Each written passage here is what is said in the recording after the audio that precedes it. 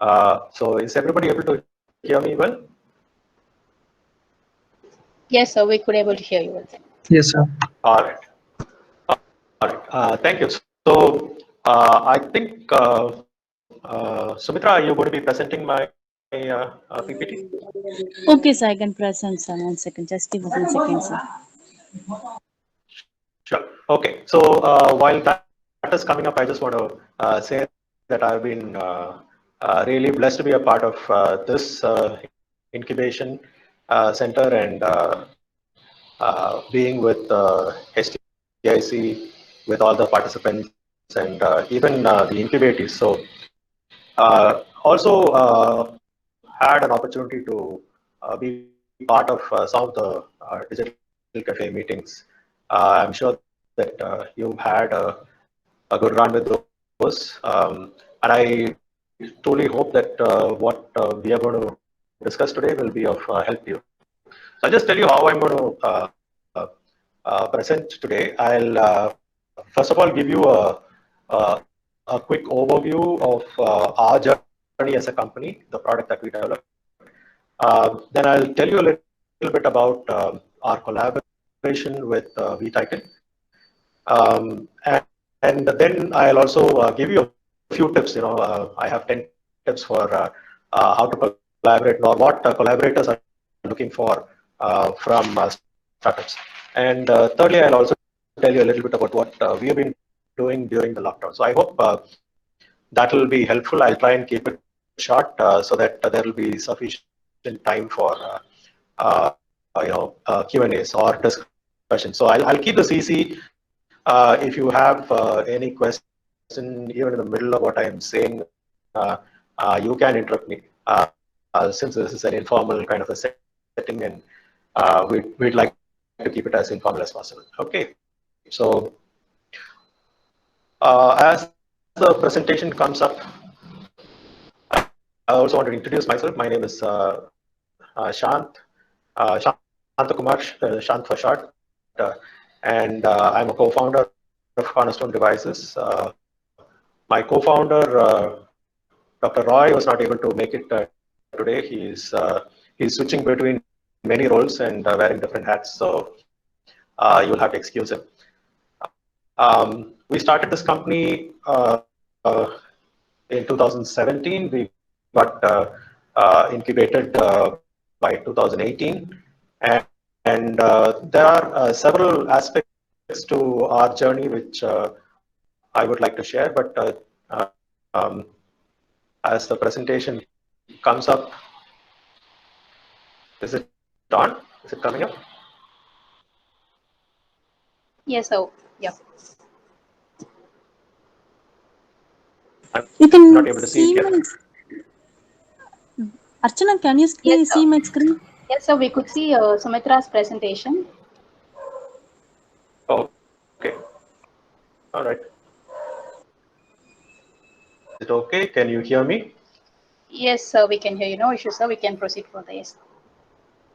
All right. So yeah. So if you go to the next screen, you will see a little bit of statistics about cancer and how it is progressing and the kind of issues you see. The biggest one being the lung cancer. So you see that it's almost 11.6% in 2018, and more than 18.4% of mortality rates are from lung cancer. So we are looking at what is this that can be done to both diagnose as well as look at treatment modalities early so that lives could be saved. So if you can go to the next slide, it gives a sort of a pictorial representation. So you can see there the incidence as well as the mortality rates of cancer. And you can see that lung cancer is the highest when you look at both incidence.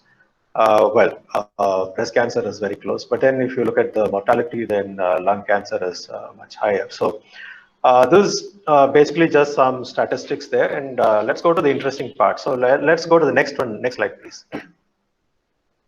Okay, so early diagnosis increases treatment success. Now, all of us know that, but the question is always how. How do we do early diagnosis? And one of the best ways is to do CT-guided intervention. That is either for the biopsy or ablation, which is treatment, and pain management. So CT-guided intervention is the solution most of the problem that we are actually trying to address is how to look at early diagnosis.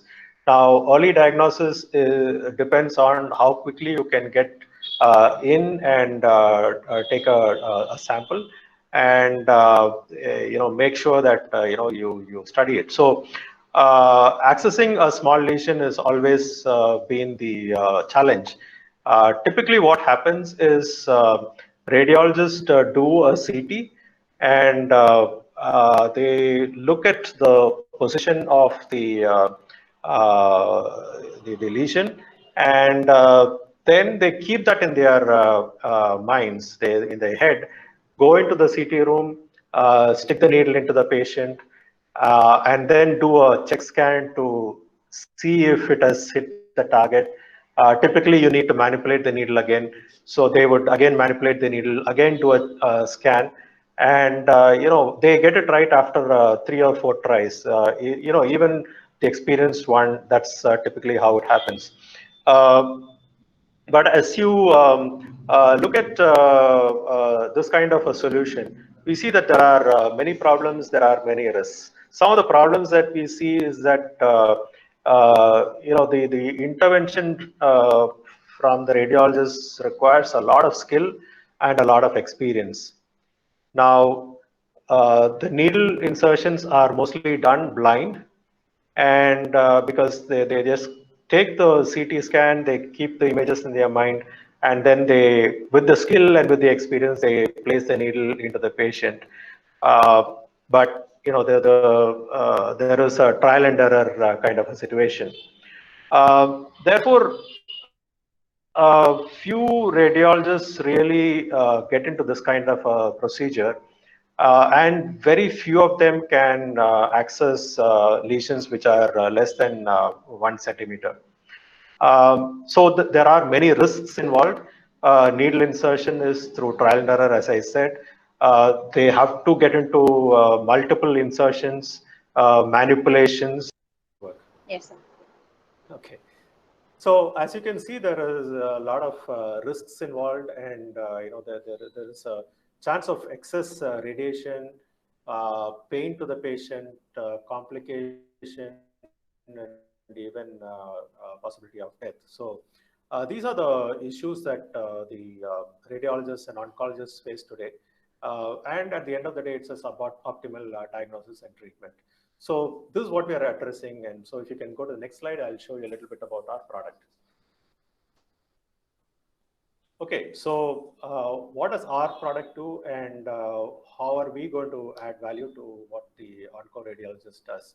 So our product guides the clinician confidently and accurately to insert the needle with multiple checkpoints. So we have a camera with a circle on a screen that you can see as you put the needle in.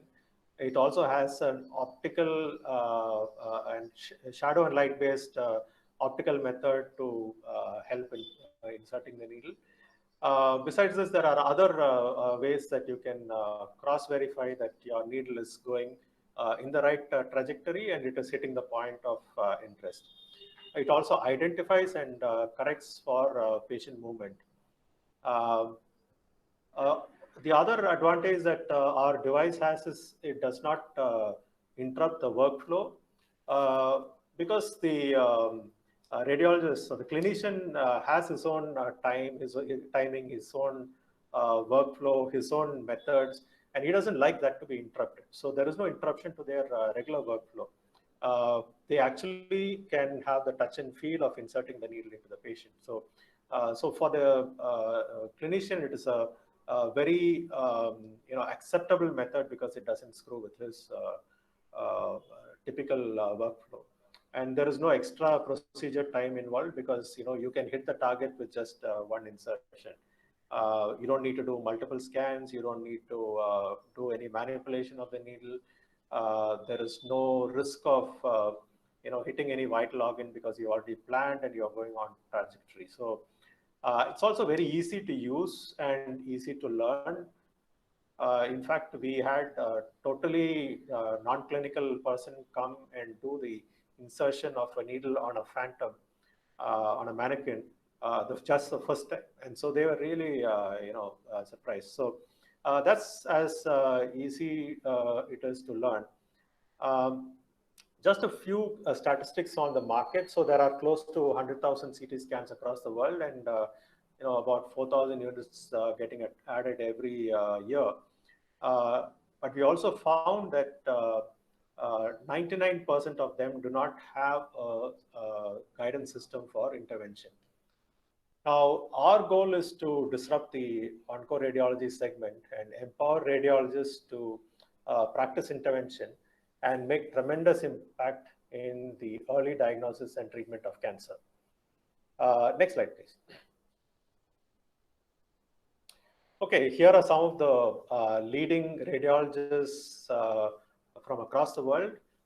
We have Dr. Tanaka from Japan, who is the top hepatologist in the world. We have Dr. Rim from Samsung Medical Care in Korea, Dr. Arvind Chaturvedi from Rajiv Gandhi Cancer Center in Delhi.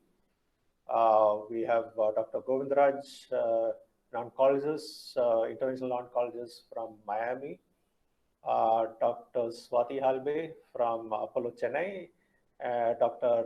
Siyash Kulkarni from Tata Memorial Center in Mumbai, one of the busiest interventional centers in India.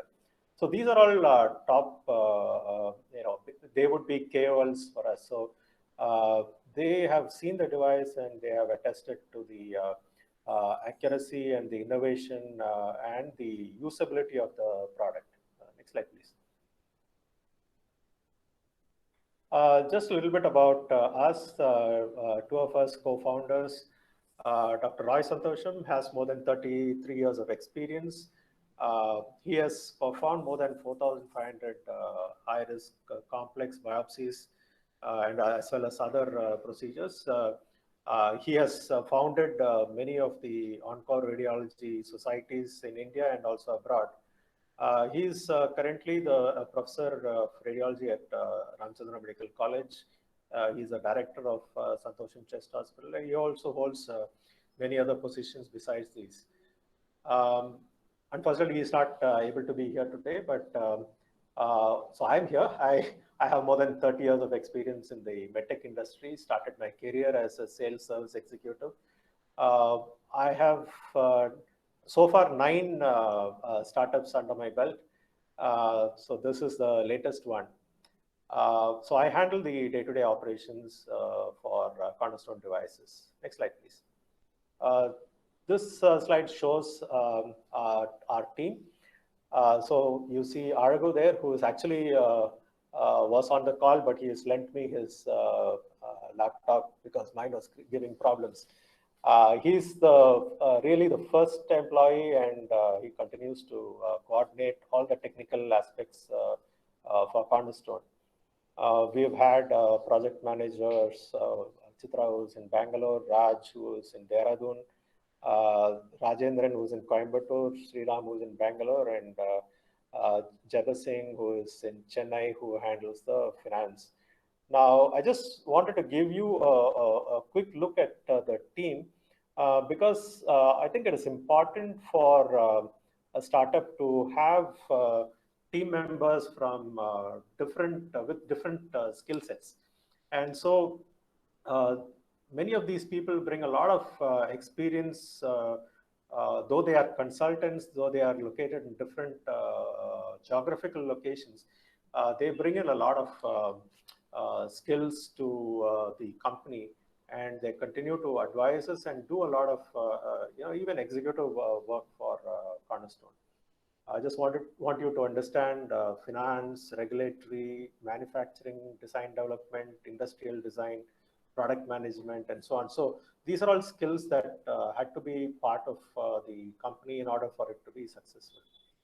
Next slide, please. Okay, so that's our timeline or the storyline. I'll show you that one by one. So we started in 2015. So if you can go to the next slide. So we started in 2015, and that was the time that Dr. Roy had the idea. Uh, he was basically working with a CT machine and doing a procedure with just one light from the ceiling.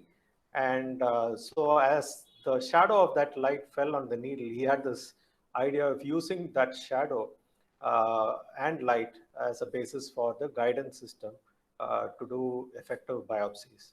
So the ideation actually happened in 2015. Next slide, please. So from that idea, the prototype was developed. Within, I think, 6 months, we had the prototype up and running in Sushila Scans. And next, just click again, please. So February, we had over 50 simulated procedures done on mannequins. This is basically for testing and quality control. Uh, next.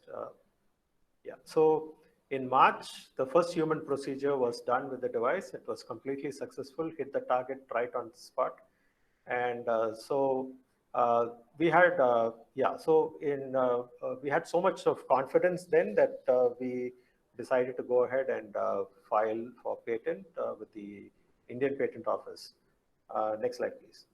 So you can just keep clicking as we go along. So February of 2017, we incorporated the company. We also applied for the BIRAC IIPME grant. We also applied for incubation at HTIC.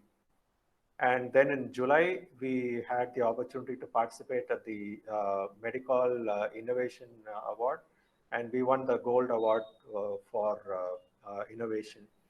In October, we also made other patent applications with China, and we also applied for PCT. Next one, please. So 2018, we were incubated at HTIC. We also were approved for the BIRAC seed grant that supported our prototyping and also some level of refinement of the prototypes. We were also finalists, among the top 10 in the BREC competition by CCamp in Bangalore. Next slide, please. So January of 2019, we had our Indian patent granted. We also started and completed the clinical validation at CMC Vellore. We applied for both the US and European patent. And we were accepted for a podium presentation by RSNA, which is probably the world's most renowned show for radiology. So we finalized the prototype specs, and then we had the opportunity to sign up for licensing agreement with vTitan. I'll talk a little bit about that a little later. So next slide, please. So that was our storyline. That's the timeline that we started with 2015, and then 2019 we signed up the licensing agreement. So let's go to the next slide. I wanted to show this to you because this is something that we made into this slide is something that we made in 2018.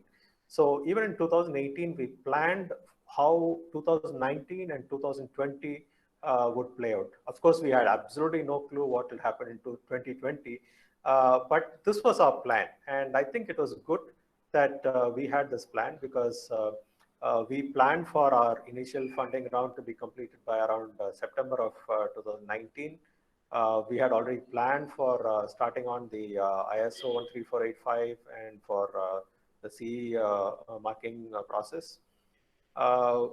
We also looked at, once funded, to look at a team that we could have in place to set up, to take it from prototype to manufacturing, to have a completely support team for sales as well as service support. We were also planning for at least 2 or 3 more clinical validations in prime institutions. So we had planned for a soft launch by the end of 2019, and also we had by then started thinking about other applications for the same device. And 2020, we had looked at setting up distribution network for distributing the product.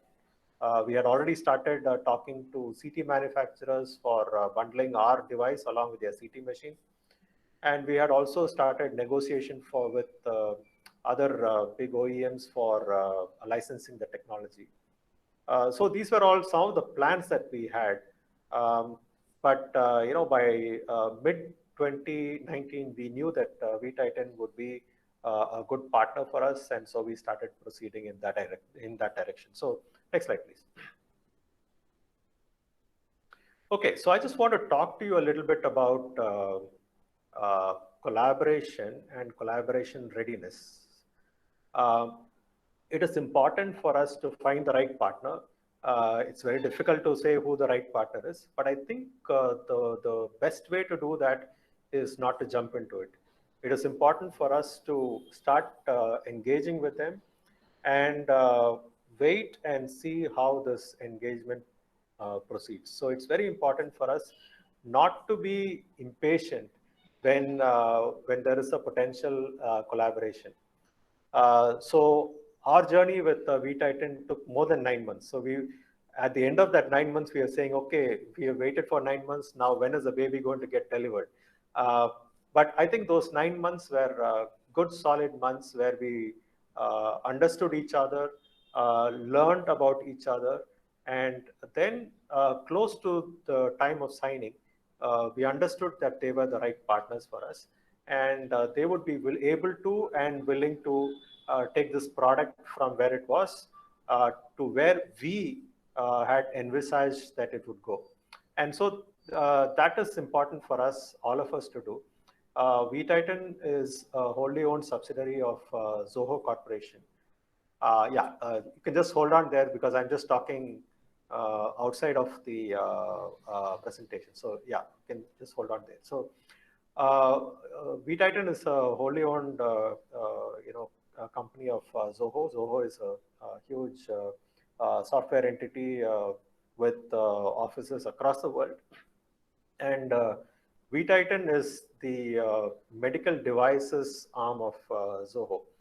And they have a few patents to their credit. They have done some design development of products in the infusion area. And they were looking to manufacture products in the medtech area. So the fit was very good because we had already developed it to prototype stage, and they were looking to manufacture and use their offices worldwide to to look at distribution. So so it was a good potential collaboration, but we said, okay, we will take this slowly. We are not going to jump into it. So it took 9 months for us to actually sign off. So some of the things that a collaborator looks for, which we found as we engage with them. So the first thing that they look for is the novelty of the innovation. Is this something completely different from what is being offered in the market? The second thing is the credibility of the team. Credibility of the team also is credibility of the individuals. So people like Dr. Roy, who have so much of credibility in the radiology segment, played a huge role in making this collaboration a success. The other one is the security of the IP. Now, is your IP secured? Do you have you applied for patents in India and outside? So these are all questions that your collaborator would ask themselves, and they will also ask you. So it was of huge advantage for us because by January of 2019, we had our Indian patent granted, and we had already applied for China, we had applied for the US, and we had applied for European patents. So it was a good, they understood that the IP was in that sense secure. The other question is the authenticity of our market strategy. Now, they looked at what we had strategized, and they looked at authenticating. They validated our strategy with their own experts in the field. And so authenticity of our market strategy is important. So we're not thinking just about completing a prototype and then taking it to the manufacturing level. But we need to think through of how this is going to play out in the market, how you're going to get traction, who are your customers, how quickly can you acquire those customers, what are the sales strategies, all these things. We need to think through all that and have that strategy in place.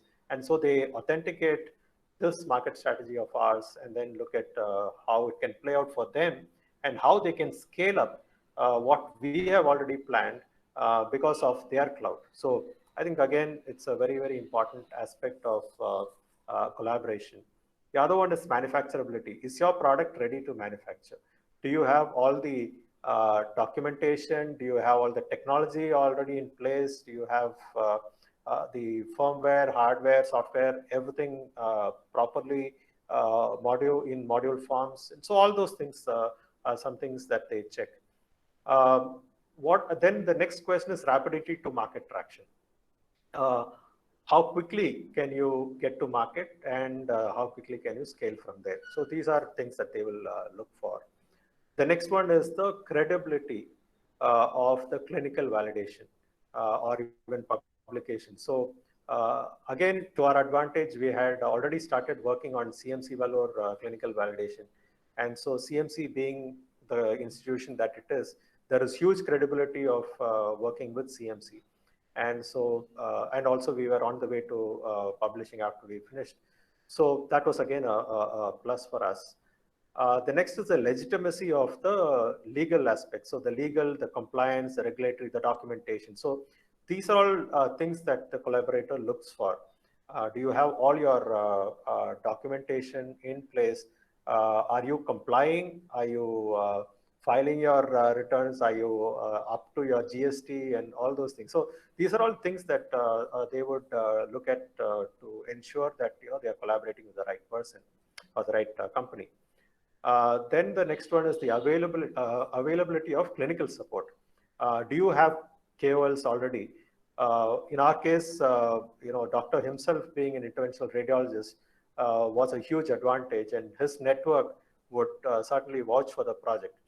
So KOLs were, for us, not a big problem. And then the applicability for additional use case. So can this product be used in other scenarios other than just oncology or interventional radiology? So we had thought through some of those applications. We had thought of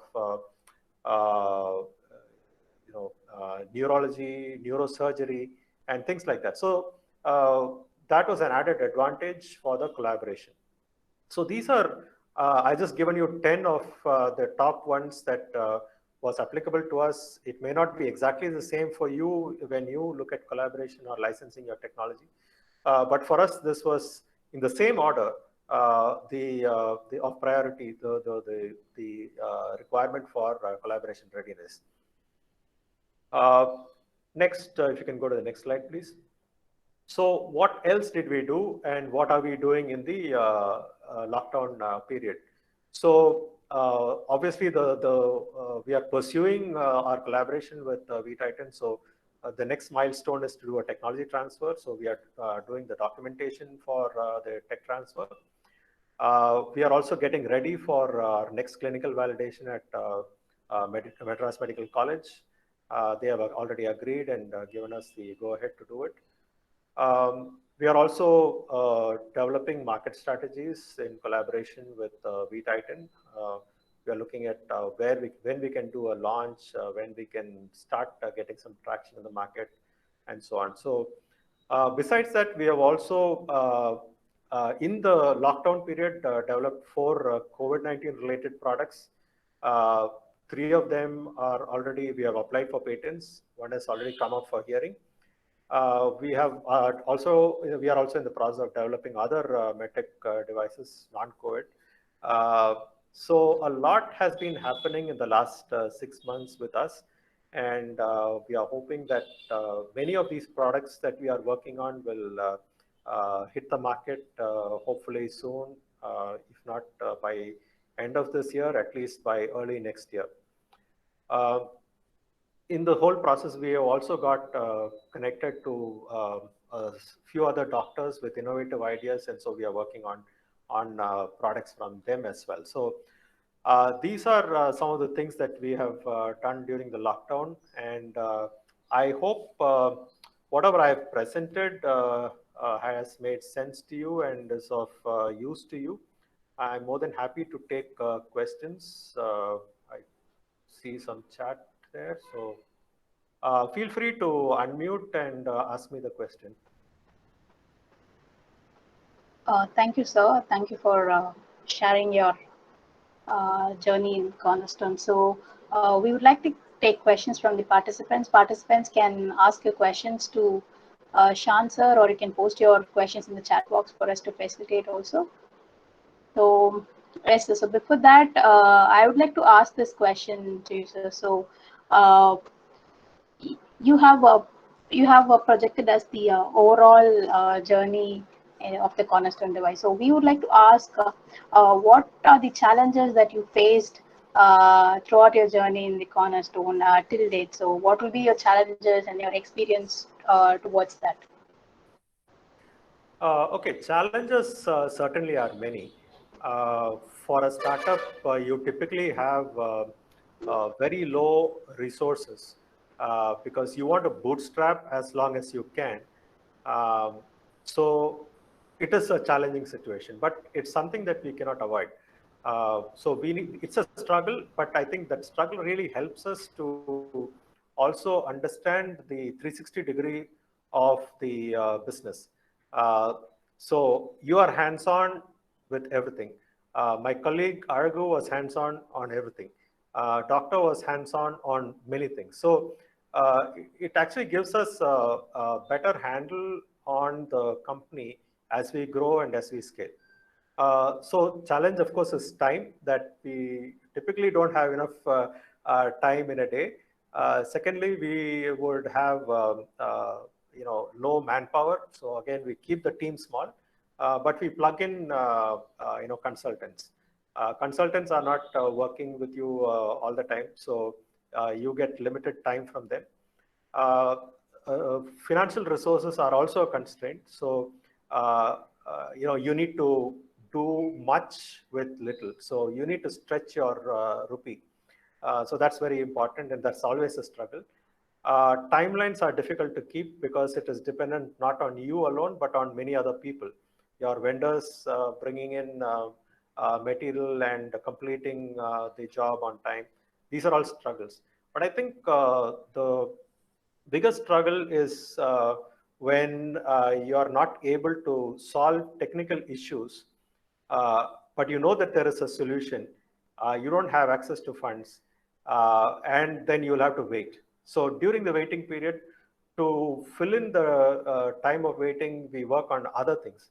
Now it takes your focus away. So yeah, so I've always found that even, for example, when we were expecting funding on a regular basis from the grantor, it when it took 6 months of gap from the time we are expected to get it till the time we actually got it, we had to again pull in resources and then make do with whatever resources we had.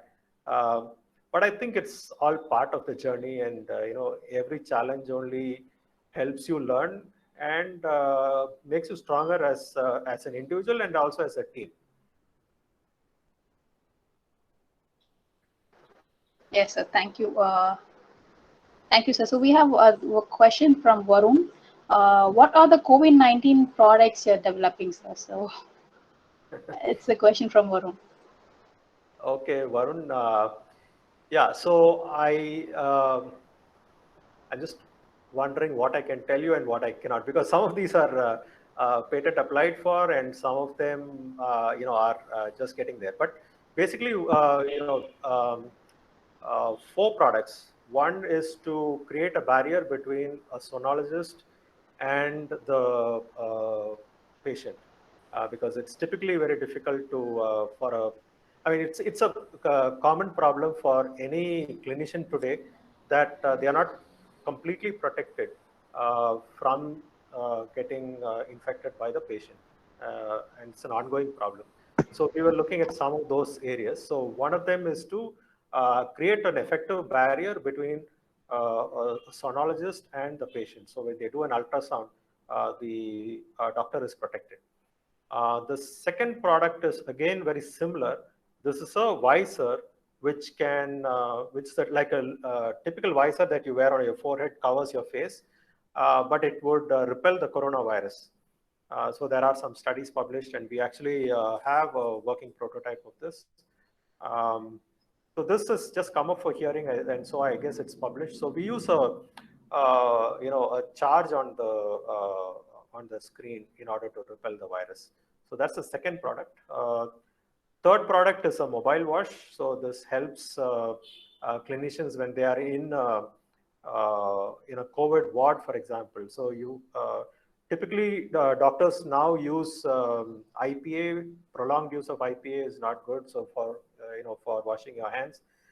So we have this mobile wash which will help them, which can actually follow them, and they can wash their hands after seeing or treating every patient.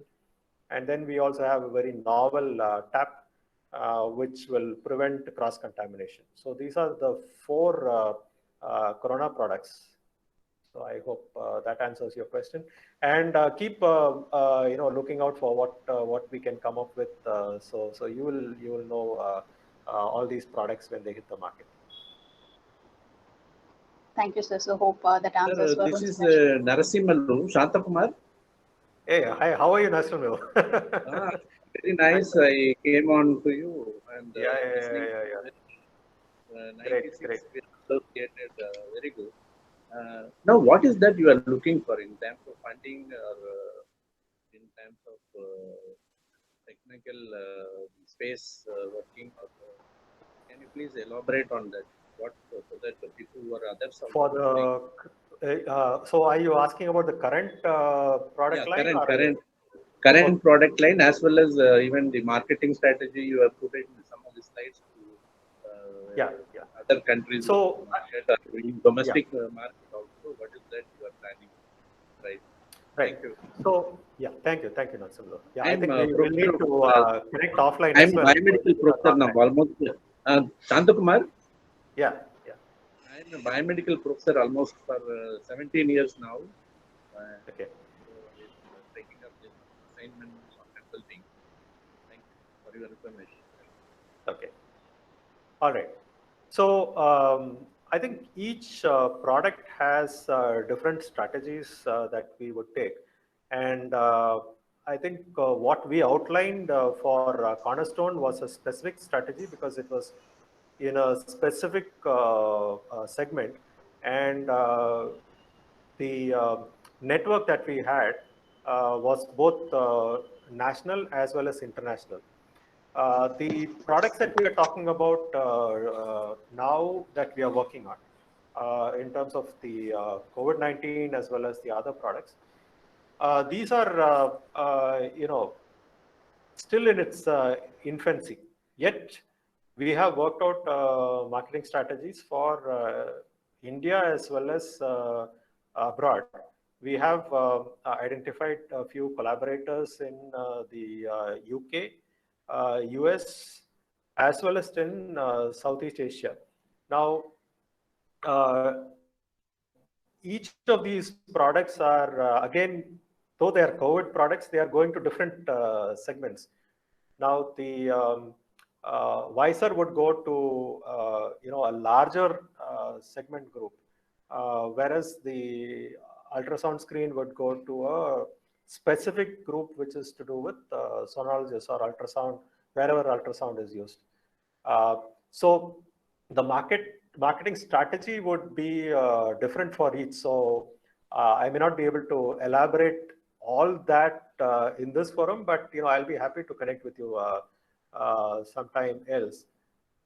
Is there a specific question that I can answer either from the licensing perspective or from the current product range? Now, right now we are only looking for the current product range. We are waiting for the prototypes to be finalized. So some of them are complete. Some we are looking at testing. For example, the e-visor, we are looking at how we can test this. Product is ready. We can showcase the proof of concept, but we need to actually test it in a corona environment. So we are in touch with hospitals like SRMC to see how to actually set up a study for this device. But then, we are also always looking for people who can collaborate and help us to validate the product. Thank So you, that's what we Shantakumar. want to do. Thank you, Shantakumar. That's prototype testing is how much time it will take still more to test and the product will be launching time. And because the other thing also follow-up question on that ultrasound screen, we should create a market for that. That means what we have to create awareness with the ultrasound. Yes. That has to be also done parallelly because we should not be wait till the patent is granted. We can also go ahead with that, creating awareness and so that sensitizing the people. So parallelly, the moment things comes, it can be marketed easily. So that strategy, what is that you have? Absolutely. So we are not waiting for a patent grant. Wherever we have applied for the patent,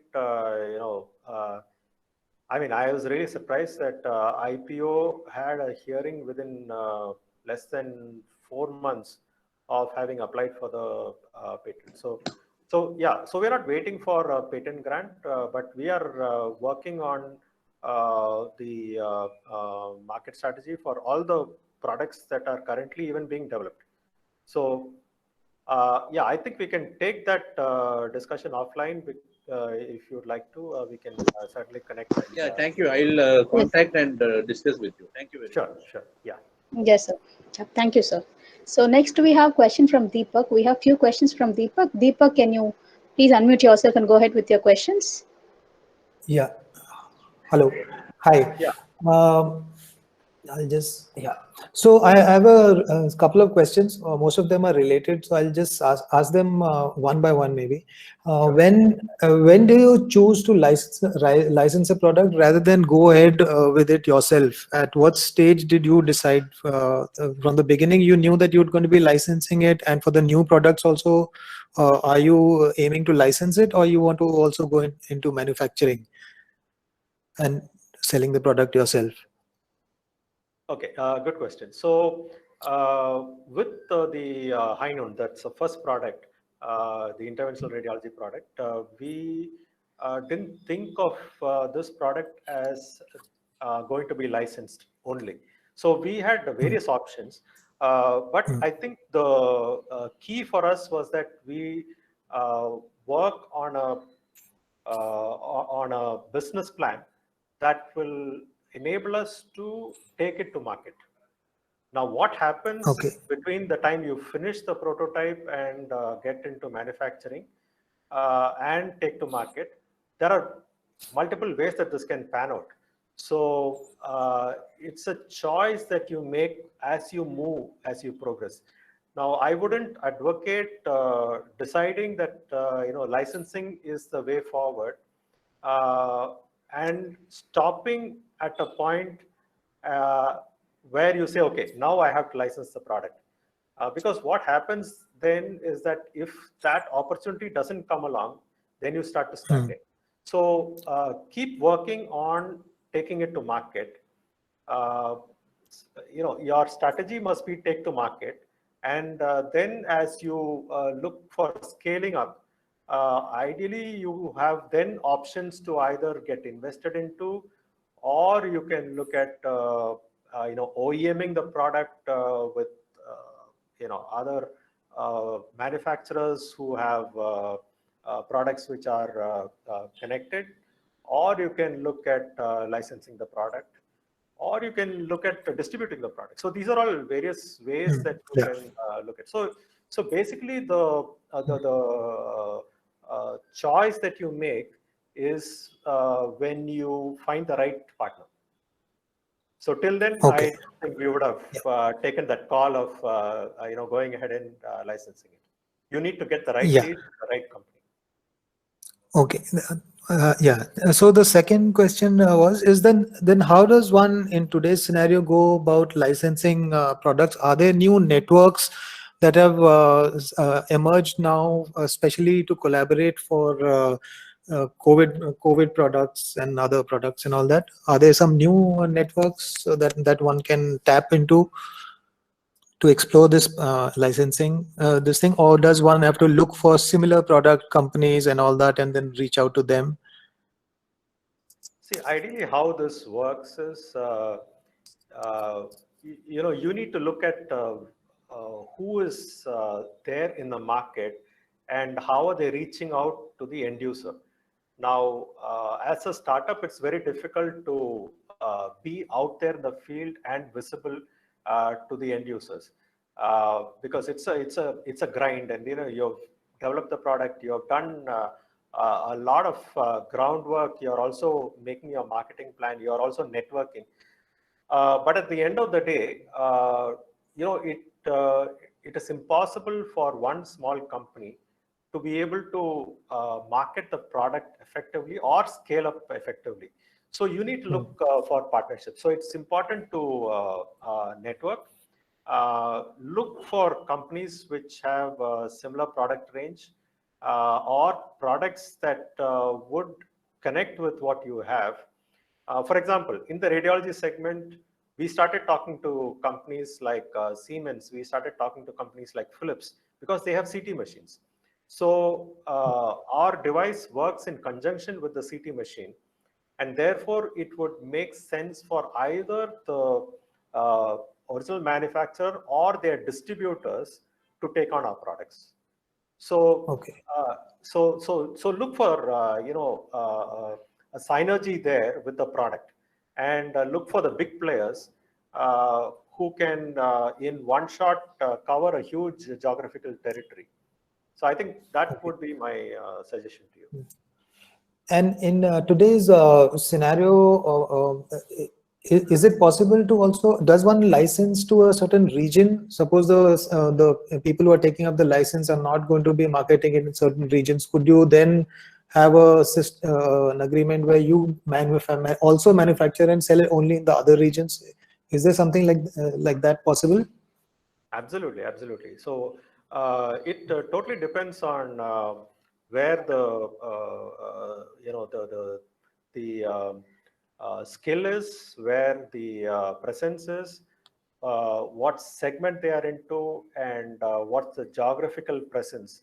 So, for example, if it's a company which is well entrenched in India, so why should they look at doing something in the US? Because it's going to cost them to get into the regulatory system there. It's going to cost them to get in, have local presence there. It's going to cost them to do the FTA. It's going to cost them a lot of money and effort to do what they're doing in India in a different country. Unless they already have something there, it doesn't make sense for them to go there. I mean, financially, it doesn't make sense. It doesn't make business sense unless that was already in their plan. So I think it's flexible to do. Licensing a product or licensing a patent, all that can be regional. It can be geographic. It can be for specific geographies. I think you'll need to look at the whole licensing perspective with keeping in mind who you are working with. And I think it is also sensible to look at multiple licensing. Different Okay. geographies. Yeah, and okay. Yeah, thank you. And my last question, the last two questions, I'll mix them together only because they are related, is without like divulging your percentages and all, but just to know what are the for smaller products, if you already know, since you were exploring this thing, for smaller products, like for example your shield that you're talking about, would there be certain thumb rule percentages for licensing? Is it based on, and also is it based on sales or on manufacturer price? What is the preferred kind of deal that or a simple deal that one can you don't have to do too much of calculations and paperwork and all that. So are there standard simple deals that are possible as thumb rule? I wouldn't say thumb rule, because it's again something that the collaboration needs to finalize. So it depends on the status of where your product is. So if your product is already in the market, or you've supplied it to, let's say, 10 locations, and you've got good credential in all those places, good feedback, then it is better, or you can negotiate better than if you hadn't hit the market at all. Now, if you have already sold 100, and you just want to scale from 100 to 10,000, you have approached them, then you have a better card at negotiating. So it all boils down to how you negotiate this deal.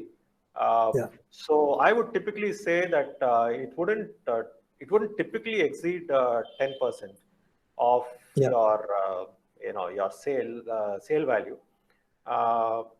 So ideally, look for look for a percentage from the sale value rather than the manufactured cost. Because there are some markets in which you can get a better margin, and so you can have a higher value of sales. So then you get the same benefit as your collaborator. Okay. Yeah. Thank you so much. Thank you. You're welcome. Thank you, Deepak. Thank you. A few questions from the chat box, since we have lost a few minutes in the initial time of the session. So we'll take a question from Jyoti. How are you planning to pivot post-COVID pertaining to products related to COVID? Do you see a market for them post-COVID? Thank you. Yes, absolutely. So we are not looking to make products for the short term. Whatever we make has to continue to exist and continue to have a requirement post-COVID. So all the products that we are working on would continue to be sold post-COVID, which is our feeling. And so how do we pivot post-COVID? Well, because we believe that these products would continue to be used even after COVID, we are, I think we just need to continue to develop on these products. Now, just that barrier, ultrasound barrier alone is not going to be of much help. We need much more than that. And therefore, we are already working on the second iteration and the third iteration of how this will pan out post, I wouldn't say post-COVID fear, how people are going to use it. So we are already iterating on that. So it's important for us to have devices and different models as things evolve. I don't think the COVID situation is going to go away soon, but it will. So we are just waiting. We are iterating on the products to make it applicable even after COVID. I hope that answered your question. Yes, sir. So we'll take up the question from Shrikar. Have you explored on licensing to multinational companies like So have you explored on licensing to multinational companies like Medtronic or Johnson & Johnson? What's been your experience? Yes, it's interesting that you brought up both those names. So Medtronic and Johnson & Johnson are two companies that we had discussions with early in the development stage. So certainly Medtronic had interest. I can't divulge what we discussed, but then some of the bigger companies take much longer to take decisions. They want to have US patents granted before they would go forward and things like that. So It depends on when you want to really do the licensing. Uh, it also depends on who you believe are the right partners. So uh, multinationals certainly would be good partners, but you will need to cross certain stages before you can really approach them and not just approach them, but actually start to collaborate with them. Yes, sir. So hope that answers Shrika's question. So we'll take the last question from Sumitra. Sumitra, you want to unmute yourself and go ahead with your question? Yes, yes, sir. Raj. Thank you, Archana. So, sir, how you made the cornerstone product as a successful product? So you can share some insights for the upcoming startups, sir. Okay, so I think the biggest one that I can tell you is we didn't have plan B. We had only plan A, and that was to keep going till we become successful. There is no plan B. There is no thought of having to drop this whole thing. There is only one way forward, and that is to keep going. You will face challenges. You will certainly have many days, many nights of sleeplessness, many days when you will be tired out, and many days when you will be down and out, and uh, you will be wondering why you got into this. But that's all part of the journey of a startup. Uh, I would suggest that you work along with a team of like-minded people, but having skills which are not the same. Look for skills from different segments coming together, but like-minded and focused on the goal. So I think that has really been our story. And people who have associated with us have all been passionate about what we have been doing. And that I believe actually led us to this point where we believe, licensing is the option for us. And going forward, we believe it will be a successful venture. Thank you, sir. Thank you, sir. Thank you so much for your time, for sharing your insights. Hope this would be useful to all the budding entrepreneurs and startup people who are on the session today. And we would like to post the session video in our YouTube channel, sir. Hope it is fine with you. Yeah, absolutely. It's just that I'm really sorry that initially the technology did not work, and we had to pivot, like somebody said. So sorry for the last time, but I hope whatever we discussed was useful to you. Thank you. Yes. Yes, yes, no issues, sir, no problem at all. So requesting the participants to please fill the feedback form. The form link has been posted in the chat box. Thank you, everybody. Thank you all. Thank you, sir. Have a good evening and a great weekend. Bye. Yeah, you too. Have a good weekend. Bye, sir. Bye, everyone.